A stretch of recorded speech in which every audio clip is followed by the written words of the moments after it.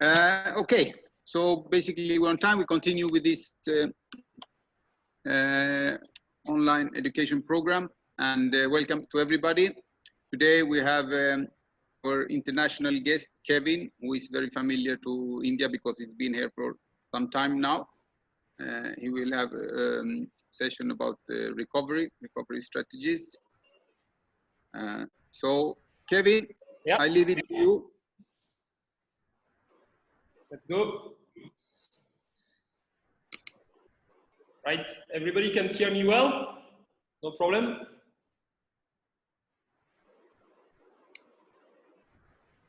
Okay, so today I'm gonna talk about recovery, and I will try to have quite a broad approach of recovery, and especially emphasize on the fact that recovery is all about doing wonderfully the basics. So the basics of recovery are nutrition, hydration, rest, and sleep. I'm going to talk today a little bit about recovery techniques like cryotherapy, ice baths, but I'm going to focus really very much on these 4 elements, which are really the pillars of a good recovery. So let's begin with rest. What does mean rest as a recovery tool, right? It's all about periodization. The rest is part of the plan, right? Train, rest, eat, sleep, repeat. So training, you plan training, but you plan recovery at the same time. It's very important because the adaptation of the body depend on a cycle where you train, you stimulate the body, you disturb the body, then the performance decreases slightly, then you recover, you adapt, and you reach a new state. And from this new state, you're gonna repeat, and that's how you're gonna get better. So what is the pillars of a good periodization?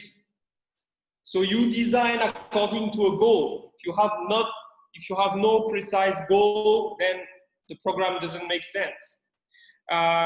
You need to increase training load progressively and cyclically, right? Cyclically means that there is some time you're gonna unload the body to help him to recover. Even if you design well your week, sometimes after a couple of weeks, you will need some more recovery. So there is a logical sequence to reach your goal. And your training is supported by a monitoring program. It could be as simple as a series of questions you ask to your athletes to make sure that he's recovering well. But you write your program, nobody in the world follow exactly the program they wrote. It's important to write a program, to plan in advance, but also it's important to be flexible. But you need a tool, a monitoring tool, to allow you to be objectively flexible, not subjectively. You can use recovery and regenerative techniques through the program. You can emphasize on skill development, refinement, but that's not the purpose of today. Always focus on general physical abilities. It's important in every training program.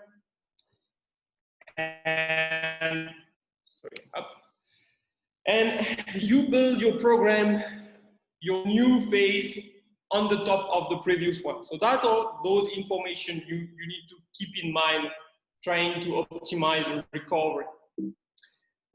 I don't know why I'm not allowed to change my slide, right? It's like, sorry, my screen seems to be locked for a reason I don't know. Okay.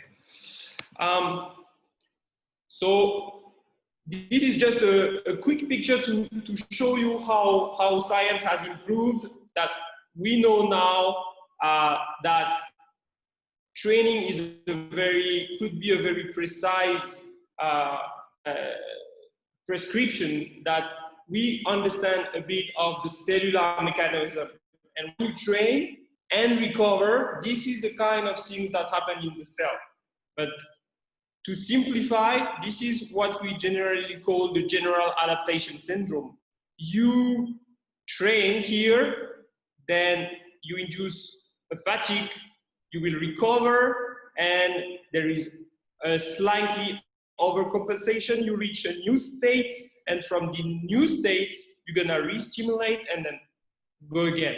If you don't allow the body to recover, you can reach exhaustion, and then there is no better performance. Recovery time from one training session is generally about 48 to 72 hours, depending on the level, the volume, the intensity, the age.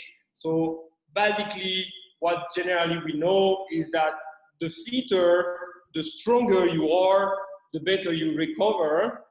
The more you induce damage, muscle damage, the more you will need time to recover, obviously. Like eccentric exercise, for example, will take a lot of time to recover. Sometimes if you do an eccentric phase block, you will need a couple of weeks after this block to recover. So you have that to keep that in mind during the next block. So this is highly variable, and that's why you need a monitoring tool, because there is no one rule to know that your athlete has perfectly recovered. It's highly individualized, it's highly dependent on the fitness of your athletes, and highly dependent on what kind of overall healthy habits your athletes have. So generally, that's how it looks like. You try to increase the training load over time, you build up training load, you recover a little bit, and then you build up a new training load, and then you recover. Okay, that's just theoretical framework. So let's start about nutrition and hydration. How can I improve my recovery with nutrition? I need to understand first how nutrition can help in my overall situation and context as an athlete. First, exercise can help me, nutrition can help me to perform my exercise. So that's the way I stimulate my body to induce whatever cellular signals I want to induce. Then from these signals that I created during my training session, I help my body to adapt with nutrition and recovery. And then, but that's a very advanced technique, and I will not talk about that today, but even nutrition and recovery can impact on the molecular signal of my training adaptation. So it can help, or it can be detrimental. So let's just check those basic elements of nutrition. If you're an active people, you need 25 to 35 kilocalories per kg and per day. Look at an athlete, it could be 50 to 80 kilocalories per kg and per day. So almost twice, or even more than twice. And in some extreme situation, like endurance race, like the Tour de France in cycling, it could go up to 150. So it's 3 times or 4 times what a normal person will eat. So that is something we have to keep in mind to have a good recovery. First of all, you need to put some fuel in the car. That is mandatory. That is the most important. Then you can go on the micronutrient like carbohydrate. Carbohydrate is the fuel for high intensity. So a normal person would, even active, would need 3 to 5 grams per kg. But if you are training as an athlete, you burn a lot of carbohydrates. So you will need 5 to 8 grams per kg. And in some case where you want to load your body with carbs, you can go up to 8 and 10 grams per kg. But what you need to remember here is that, again, it's almost twice the need of a normal person. And an athlete needs to do that in order to recover, in order to perform. Same with the protein. Normal person will have 0.8 to 1.2 grams per kg as a need, while an athlete will have 1.5 to 2.2 grams per kg depending on the goal hypertrophy or not, depending on the training load, depending on the weight loss period or not. So it's again twice the need of an active person. If you don't tick all those boxes, whatever you're gonna do for recovery is just fancy and useless. This box has to be taken in account. You have to fulfill that need, and then you can think about something else. That is very important to keep that in mind. So fundamentally, be sure that you get your energetic intake as per your needs. So get plenty of carbs and complement with fats, and good fats if possible. Get your protein needs. You're gonna train a lot, you're gonna stimulate a lot your muscle, your bones, your ligaments, everything is made of protein. You need to recover on that part. It's very important. However, protein doesn't solve all the problems. So eating protein powder is not the same than eating actual protein from food. In terms of micronutrition, before thinking about any kind of fancy supplements, herbal supplement or whatever that can be dangerous, that can be with doping agents, we should take care of things as simple as iron. Here at IAS, we have up to 90% of our female athletes and up to 45% of our male athletes which are insufficient in iron. Okay, it's useless to try to train in endurance if you don't have enough iron, because you need iron to build red blood cells, and you need those red blood cells to be endurant and have a good VO2 max, good stamina, everything like that. So it's important to keep in mind that we should check iron regularly, and not just hemoglobin, also ferritin and transferrin saturation. So that has to be checked by the doctor. Vitamin D. As boxers, they train a lot indoors. So we have to check the vitamin D level, especially for those who are adolescents and for those who have dark skin, because dark skin impair the penetration of the light inside the skin, and the skin is producing vitamin D helped by the light. So it's important to check that. Calcium, especially in impact. So if you do a lot of jumping activity, plyometric, whatever, calcium is important.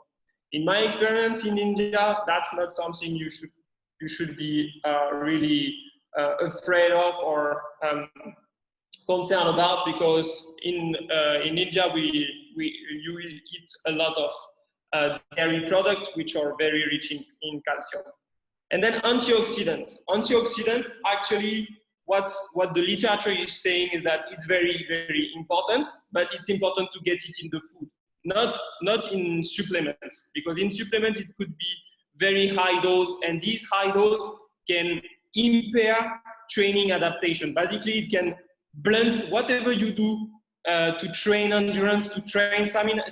If you take a lot of antioxidants with supplements, it could be detrimental. So the way to have your antioxidant and recover well is to eat a lot of food, very colored food, like capsicum, like all the fruits.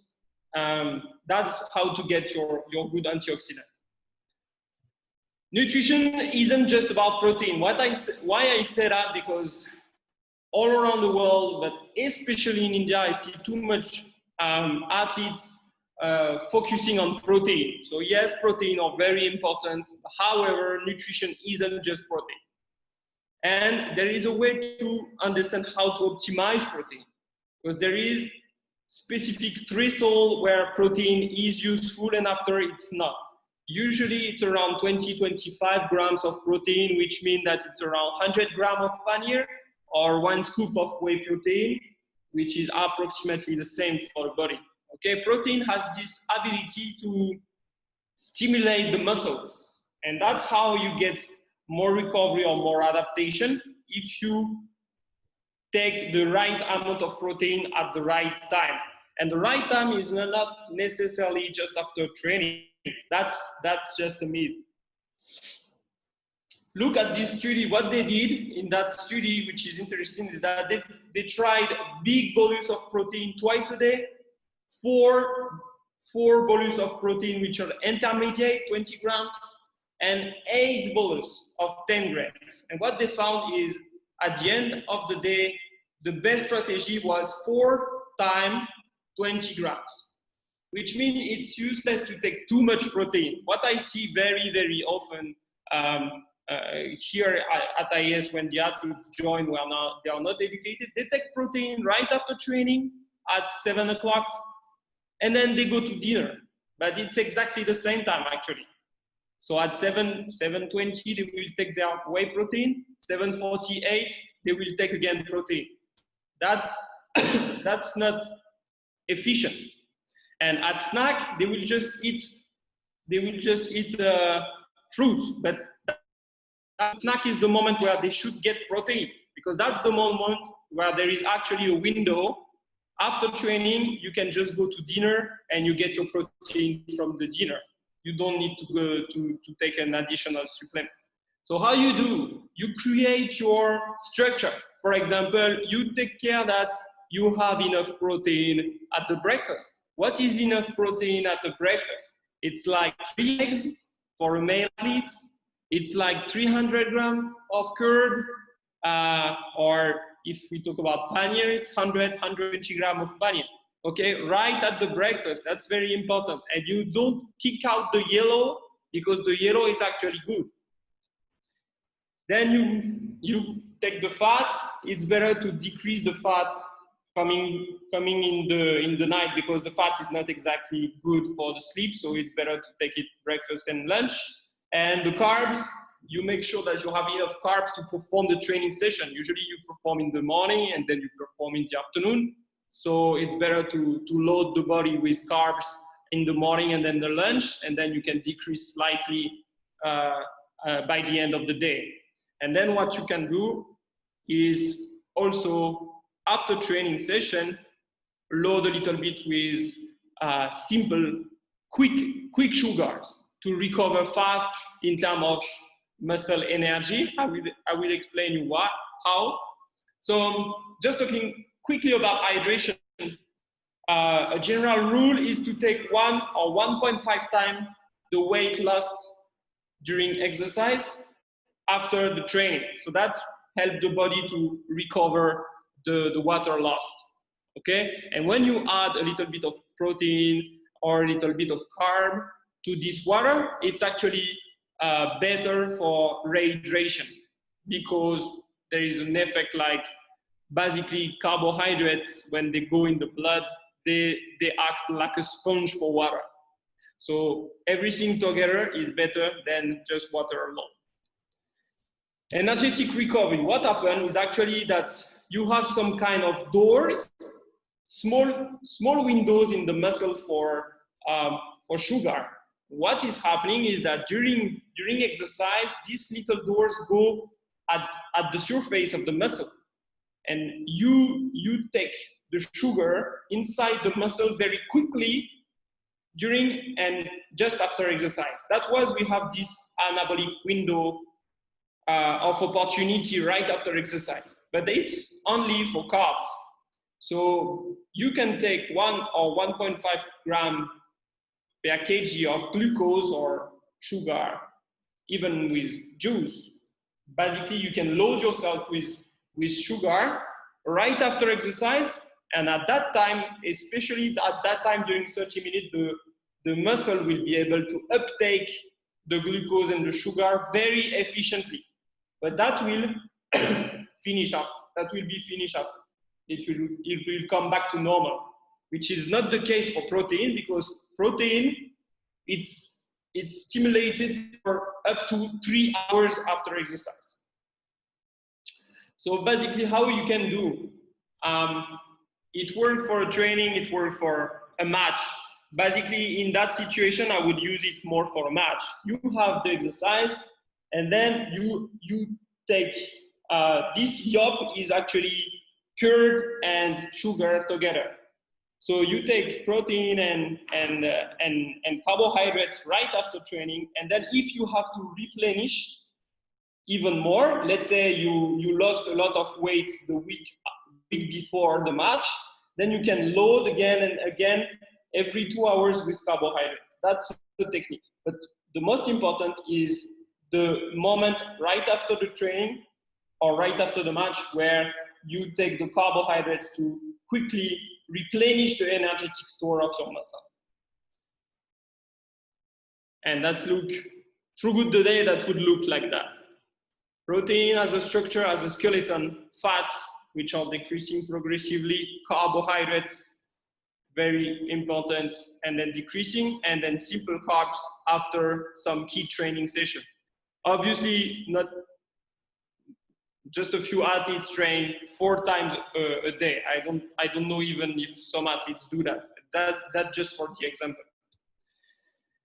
Okay, let's look at what look like a typical diet plan of an athlete. Here, 70 kg male athlete, boxer. You look at it and you see, so 3 big spoons of omelette for the proteins, a bunch of carbohydrates in the morning, bread, oats, and honey, and a glass of milk, because in India you cannot skip the milk, and fruits, 2 servings of fruits plus juice, right? The morning snack here is actually the pre-training snack, because they train very early at IAS, so we give them around 5 o'clock 1 or 2 bananas, where they take it the day before, they eat that before training, and then when they come back from training, they eat that breakfast. So it's important to fuel the first morning training. Lunchtime, as you can see, plenty of vegetables, sabzi, so carbohydrates, dal, rice, chicken, fish, 2 spoons or 4 pieces of chicken. So here it's a non-vegetarian, but if it's a vegetarian guy, it would be paneer or soya bean with some precautions to be taken for iron. Okay, so that's basically just an example. How can I monitor my hydration? So there is a classical simple recommendation. First is the wood technique. So first morning I check my weight. Not after training. After training, my weight is not helpful at all. It's not a good information. So weight taken in the morning, the color of my urine, my sensation of thirst. Okay, this will help me monitor my overall hydration. Okay. How do I get my electrolytes? Not with a beverage that I buy in the market, but I try to integrate sodium and potassium-rich food through my meals. For example, dry fruits are very rich in potassium. Salt is rich in sodium, so I will not be much worried to get those sodium and potassium-rich food. Personal needs. If you want to personalize the hydration, what you can do is weigh the athletes before and after training. So you get the amount of water lost, and you take in account the amount of water drunk during the training, and then you know the amount of sweat he lost. And then you can personalize the amount of water based on the specific need of your athletes. It's very important, for example, for some male athletes which are losing a lot of water during training, and at the opposite side, you have some female athletes which are not losing that much water and don't need to overdrink. So it's important to personalize that way. Train as you compete. The day of the competition, you don't try a new recovery beverage or sport beverage. You use the one you used during training. That's very important. And then thermal management, I will just let that. It's not a specific part of today. So sleep is very, very important for recovery. It has been shown to decrease, if you lack of sleep, basically it has been shown to decrease your endurance, your cognitive abilities, even protein synthesis. So you lack of sleep, you can actually impair performance, recovery, health, everything. It has also effect on the immune system. So it's very important to get enough sleep. And athletes, because they go very intense very often, they often show sleep disturbances, up to 50% of the athletes. So it's actually a very important subject. And the two main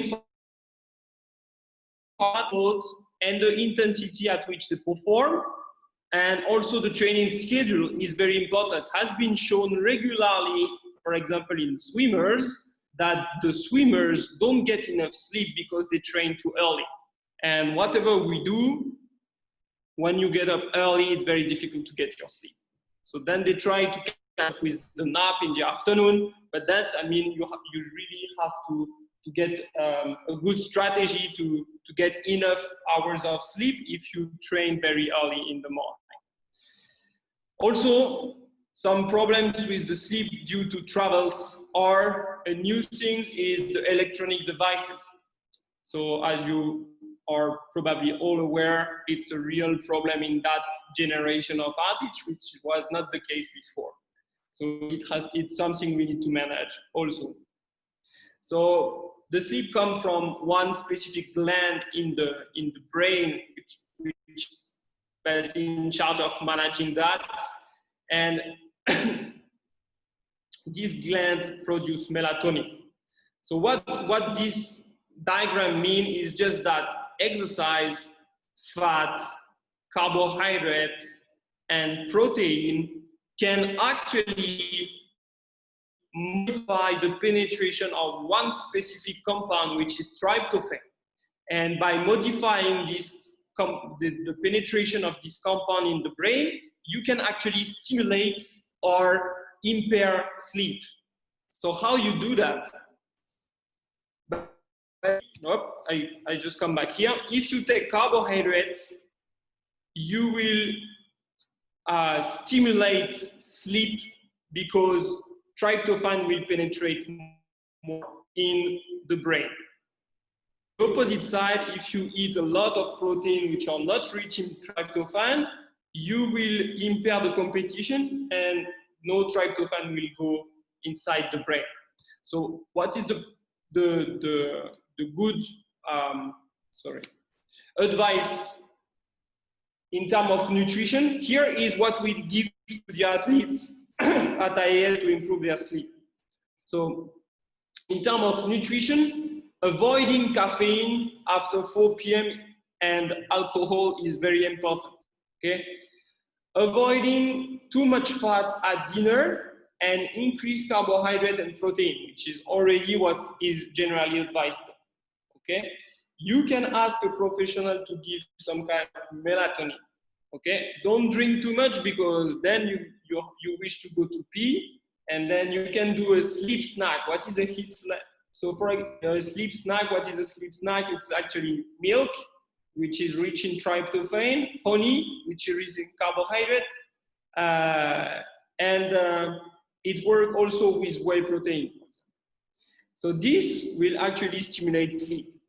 Overall, it's important to improve your sleep by having a good environment, a cool room with no TV, no bright lights, no noise. So that has to be managed. Then having a schedule. It's very important that to go to bed every time at the same hour and have enough sleep for 7 hours. For an adolescent, it's more 8 to 10 hours. Around 9 hours is necessary. Having a sleep routine. What is a sleep routine? Is basically what the routine you put in place to help you fall asleep. So, for example, hot shower or bath is helping you because it raises your body temperature. Doing some relaxation exercise, reading, relaxing music. The most important in that routine is that it's a specific routine that you do all the time. And I really advise all the athletes and coach to help the athletes do that, because it's actually very helpful, especially when they go in competition. Because if they have this routine, at least they have something they know. Because in they found themselves in a very difficult environment where they don't know anything around them, especially when they go in international competitions. Decrease and anxiety is very important to get enough sleep. So that is more around the psychological health of the athletes. And one advice is not to focus on sleep, but focus just on relaxing. And then nap is also. I don't know why. Okay. So I covered basically all the basics, and I'm gonna talk quickly. I'm just want to ask in terms of the time. Santiago, I'm good in time. Yes. I don't know. 15 minutes more. Oh, okay, great. So recovery techniques. So I covered the nutrition, the hydration, the rest, the sleep. That were the 4 pillars. Right? If this is not great, then it's useless to think about something else. Then if you want to improve even more your recovery, knowing that you do all of these 4 pillars perfectly, then you can try some recovery techniques. But a first advice is to say, okay, why do you need to recover faster? Do you really have to compete? Do you really have to perform only 2 days after, or you don't need to? Sometimes speeding up the recovery is not the best idea. It's not always better to say, oh, I'm going to recover faster. Sometimes it's important to let the body struggle and to let the body adapt. So you have to think about, do you need to recover faster? So what we have tried to do at IAS is put in place a periodization of ice baths, which means that we don't implement ice baths all the time, every training session or 8 days for the same time. So it has to be planned as per the training program at the beginning of a mesocycle. And we remove the sauna from the recovery process. At least I try to do that. Why we use ice baths? So basically, as per this meta-analysis, what we see is that most of the time, ice baths improve the soreness because it's on the right here. So most of the time, it's actually improving, decreasing the soreness, and most of the time, it's also decreasing the fatigue. More so the soreness, as you can see. So, okay. Most of the time it works, which justifies the fact that we can use it. However, if you look at this data, what it means is that the black histogram here show that the guys who used ice baths have actually developed less strength than those not using ice baths, which means that in the endurance side, on the endurance side, ice baths and no recovery technique are pretty much the same. But if you do ice baths every time you train in the gym, right after training, you use ice baths, there is some evidence that you can actually decrease your adaptation, basically because of the ice baths. You will be less strong than you would have been if you had avoided ice baths. So there is interference between ice baths and strength training, while there isn't with endurance training, which means that most of the time, if you use ice baths, you shouldn't use ice baths after strength training or power training. So this is just a complicated diagram to show that there is specific protein in the cell which are responsible for adaptations that the ice bath is actually decreasing, right? But I will not spend too much time on that. So just coming back on this recovery periodization, there is 4 situations when you can find around recovery techniques especially. You can avoid recovery to maximize adaptation to training. You never know what's gonna be the effect of this recovery training.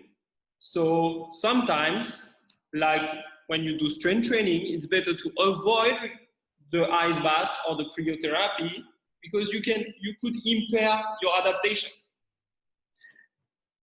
A second situation is to prepare specific training session. Let's say you continue all type of trainings, but the training of the Tuesday morning and Friday morning are the most important training. For example, you are in the competition phase, you prepare the competition, and you want to do sparring, and you want the athletes to be perfectly fresh during sparring.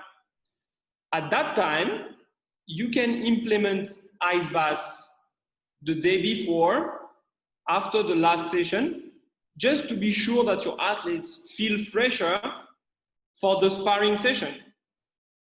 Whatever is the session the day before, you don't really care, because what is your main goal is to prepare that specific training session. During competition phase, obviously you compete, you want to be fresh, you are not there to adapt. Oh, I lost something. Okay, so you are not there to adapt. So during competition phase, you can use more recovery techniques, and more often the recovery techniques, because the process here is not training anymore. It's only about feeling fresh, feeling ready. And there is specific period like travel or injury or stress, psychological stress. Let's say your athlete has been kicked out by his girlfriend. It's a lot of stress, and we can consider that just as a stress, or actually as something that can impair his overall ability to train. And in that period, you identify that period, you can use more recovery techniques to help him going through that few weeks or few months of stress. Because some recovery techniques have been shown to decrease stress, like massage or cold water immersion. So how do you know? I was talking about monitoring. So monitoring is about quantifying some indicators to regulate. Something very, very simple you can keep in mind is those symptoms that are there. Persistent DOMS, frequent infection, hypotension, like dizziness in the morning, performance decrement, anxiety, concentration, or if you feel that your athlete is quite angry at the moment, or depressed or fatigued, insomnia, all those symptoms can tell you that you need to improve the recovery, and then that's the moment to check the 4 main pillars, and maybe that's the moment also to implement some kind of recovery techniques. Just a quick snapshot on a decision tree we put in place. We detect fatigue. So is the athlete a junior or older? If the athlete is very young, literature has been as useless to use ice bath, so you don't use it. And even if it's a junior or older, is it an elite athlete? So you really need to monitor carefully this athlete because he's training very, very hard. Yes, it's an elite athlete, so maybe. No, it's not an elite athlete. Then why you don't just regulate the training load instead of using that? You did a strength training in the day. Yes, don't use it. You have before the next session that you absolutely want him to be ready for. No, don't use it. So if yes, then yes, use it. So just that to show that we need to think carefully about. Last part is sauna. So sauna, why I want to speak about sauna right now is because it's very popular in combat sport in general and maybe especially in India. So it's used mostly as a recovery technique while it's actually not a recovery technique. So what happened when you go in a sauna? Your blood flow to the intestine is decreasing. The blood flow to the muscle is decreasing. The heart rate is increasing and the cardiac output is increasing.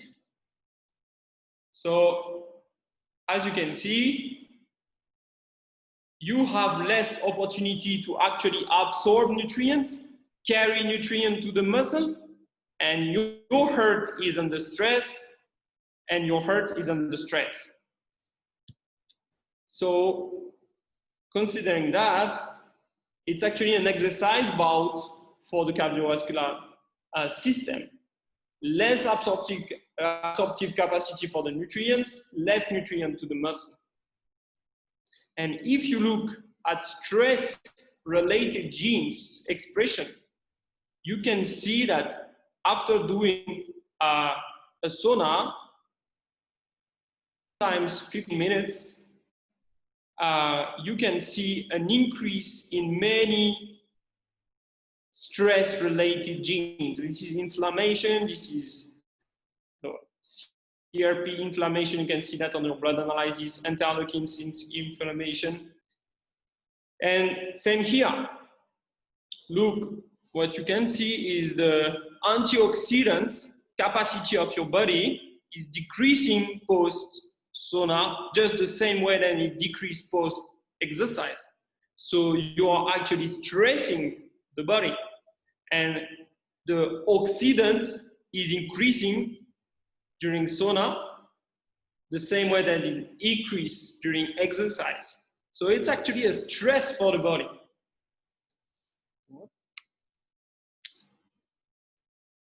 So it decreases antioxidant capacity, it increases oxidative stress, and it's exactly the same than exercise basically. And look, in 2018, this big review, scientific review said, okay, what about all the recovery techniques you have? And look in the list, they didn't even put sauna. They put stretching, while stretching is actually useless. You see that massage here is actually potentially interesting. Contrast water therapy, cold water immersion. All those three are probably the best techniques. Cryotherapy is average, compression garment is average, active recovery is average but potentially negative. So the three main techniques that you have is massage, which seems to be very effective on multiple parameters, immersion, and contrast water therapy, which is cold and bath, intermittent exposure to cold bath and hot bath. Sauna isn't in the list. So the take-home messages of today would be, make sure you have a plan for training, but for recovery also, which is called periodization. So you have a goal, and from that goal, you plan your training, you plan your recovery, you plan your nutrition, you plan your skill development, everything. Be sure you get enough energy, protein, and macronutrient. That is very important. If you have that, then one pillar is there. You spread your protein throughout the day. It's useless to get plenty of protein twice a day. At least 4 to 6 meal or snack rich in protein, and you should reach 20 to 25 grams of protein per meal or snack. It's very important to activate fully the muscle. If you're sure you go to the cafeteria right after training, it's useless to take protein after dinner or after the training. It's better to take it before the training, because that way you have protein before and then you have protein after with the meal. Stay well hydrated by checking your urine and thirst, and wait. Get enough sleep is very important. So depending on the schedule, it's very important to plan the sleep and to plan a routine. And the routine is very important, because this routine, the athlete will take it away to competition, and it will help him manage his anxiety and get enough sleep in a different environment. Use strategically the effective recovery techniques, meaning ice baths, contrast water therapy, cryotherapy maybe, and massage. Use it when you really need those techniques. There haven't been any demonstration that massage is actually harmful for any kind of adaptation. So the first recovery techniques you can use is probably massage. And I'm sorry to say that, but sauna isn't a recovery technique, so don't use massage, don't use sauna, because it's not actually helpful. It's inducing dehydration, it's increasing stress, and it's delaying the real recovery. Thank you very much, everybody. Thank you, Kevin. I will. There is some question in the chat. I will read some questions and see if you can answer. Yeah, maybe. Here's a question: should we give some carbohydrates to the boxers just before the bout for taking energy during the bout? So yes, we can do that. The thing is, and I will talk about it more precisely in the next session, is that you have this specific sequence for a boxer when you have to give the weight. So when you give the weight, most of the time, except in heavyweight category, you have to lose weight. So you don't eat and you don't drink just before giving the weight, and then after start the refueling strategy. But this refueling strategy, especially if you lost a lot of weight, should be very well planned. So basically, you're gonna eat every 2 hours some carbohydrates, and you're gonna drink also to help those carbohydrates to be stored, and you're gonna anticipate it.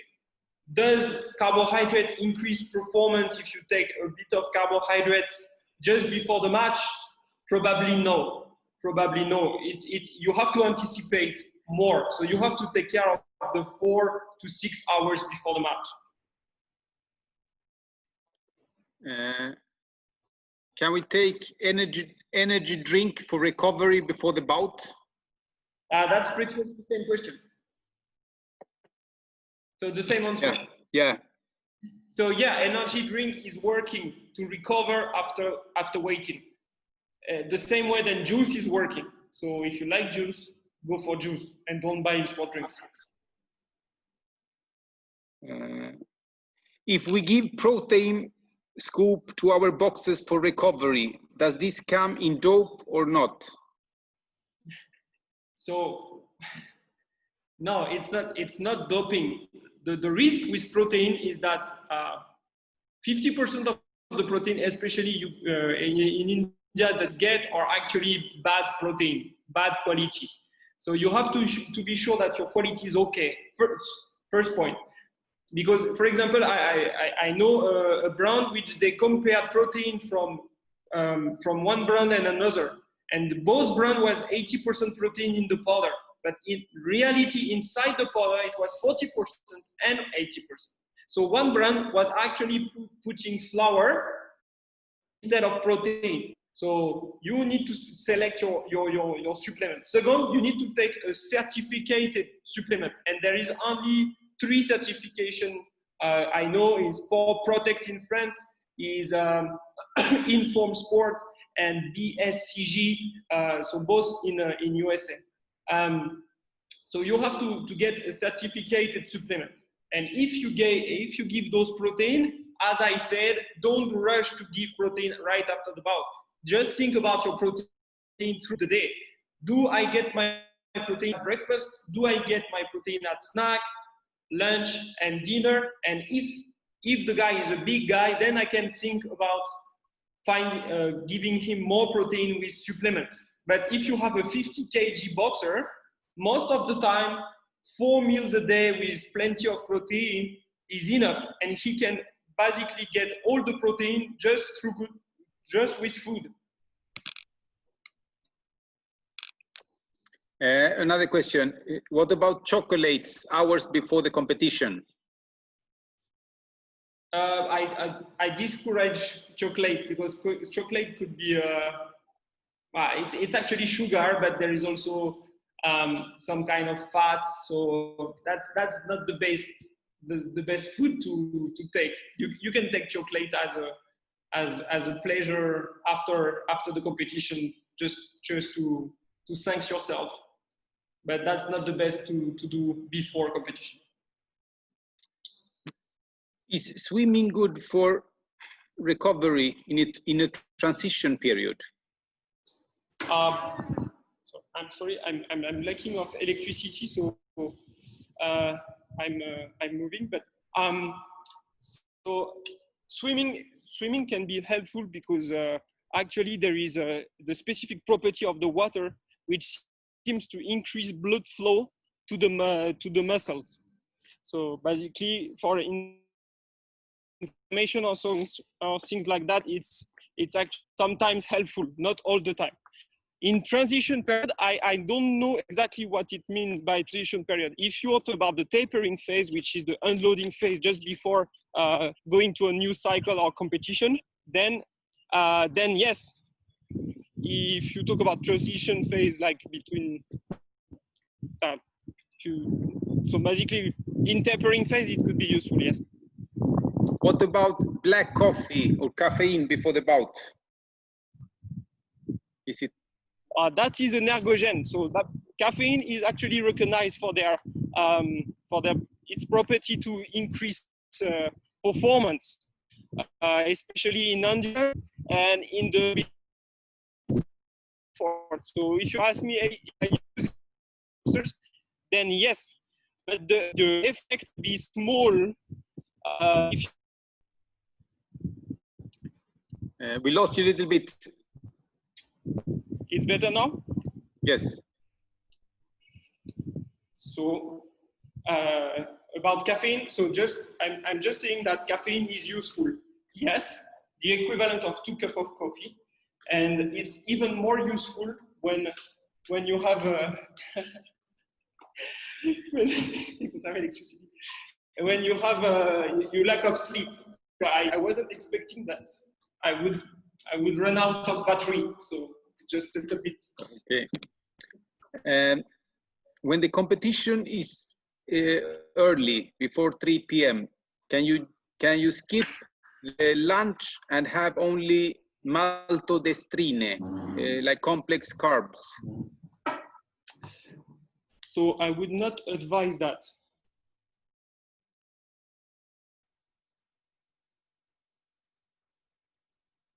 A very, very fast kind of sugar. So you're gonna absorb it very, very fast. So I would advise instead a real meal, but a light meal, plenty of normal carbs, like those roti or just complex carbs because 3 p.m. is not actually that early.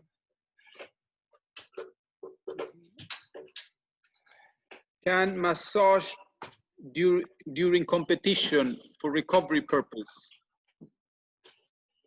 So yeah, obviously during competition from one day to another, that's the moment I would use recovery techniques like massage. But the massage I would implement it after about before. Yeah. It's okay, you got me? Yes. I'm trying to see some new question. So I can, for example, what we were doing during the nationals last year with Nika Zarin, Kalaivani, all these boxers. What we were doing is that they were doing the bout. I think they had a short debriefing with the coach. Then they would eat some protein at that time. Then they would go to the ice bath. Some of them, not all, because one of the girl was not responding well to the ice bath, so she was skipping it. So they were going to the ice bath, and then they were getting massage, and then they were going for a second snack, because in between sufficient time has happened. Okay, our practice has been going on for a month with your plan. During this time, how many times can we get the boxer to get ice bath as per his requirement? So basically, with just a few information like that, I cannot answer. You need to exactly put your schedule, and then you will know. And what is the most important? You draw your weekly plan. You set up which training session are the most important, and then you make sure that you use the recovery techniques before the day before this specific session, so that the athletes are fresh. And for example, in the preparatory phase, if you can avoid recovery techniques like ice baths, that's great. I mean, at the beginning of the year, everything is important. So you want more strength, more power, more endurance, everything. So at that time, you plan everything so that you don't use recovery techniques. And then when you refine your plan, then maybe you start to implement more recovery techniques, because you will have some specific training session, technical or physical, which are more important than the other training sessions. And then you will help those training sessions to be effective, while you will maybe impair the effect of the other. That's clear? Okay, last question. How can we calculate sweat rate manually? So that is very simple. You take the weight before and after, before the training session and after the training session.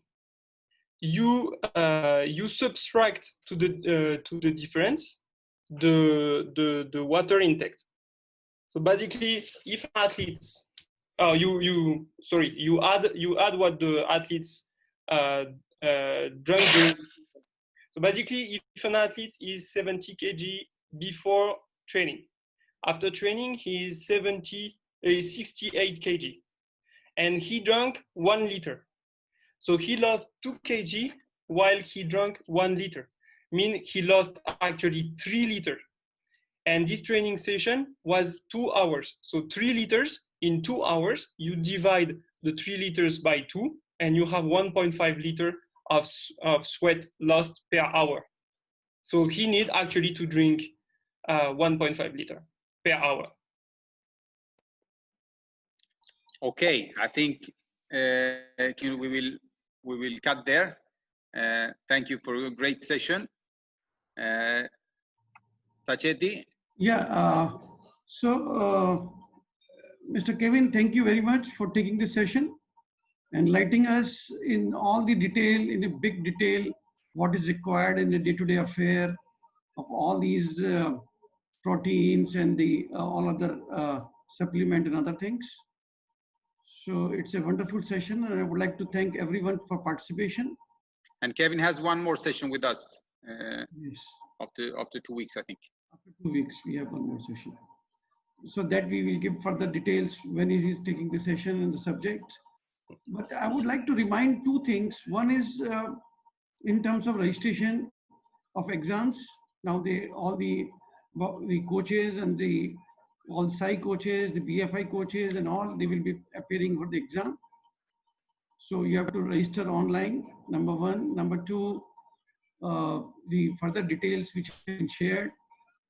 And I request one more thing now. I made it yesterday as well, that please be attentive while you are attending the course. Please be attentive. Even there was some, it was found that some coaches were not there, or there means, see, I don't want to repeat these things again and again. You all are educated enough. You are the one who will be guiding the boxers. So the discipline and other things you have to implement yourself. With this, I would like to thank again Mr. Kevin and Mr. Santiago Niva and Mr. T.L. Gupta and Mr. Himanan for organizing this session. Thank you all. Okay, thank you to all. Kevin, thank you so much. Great session, great knowledge as always, helping us. Thank you, Santiago. Thank you. Bye.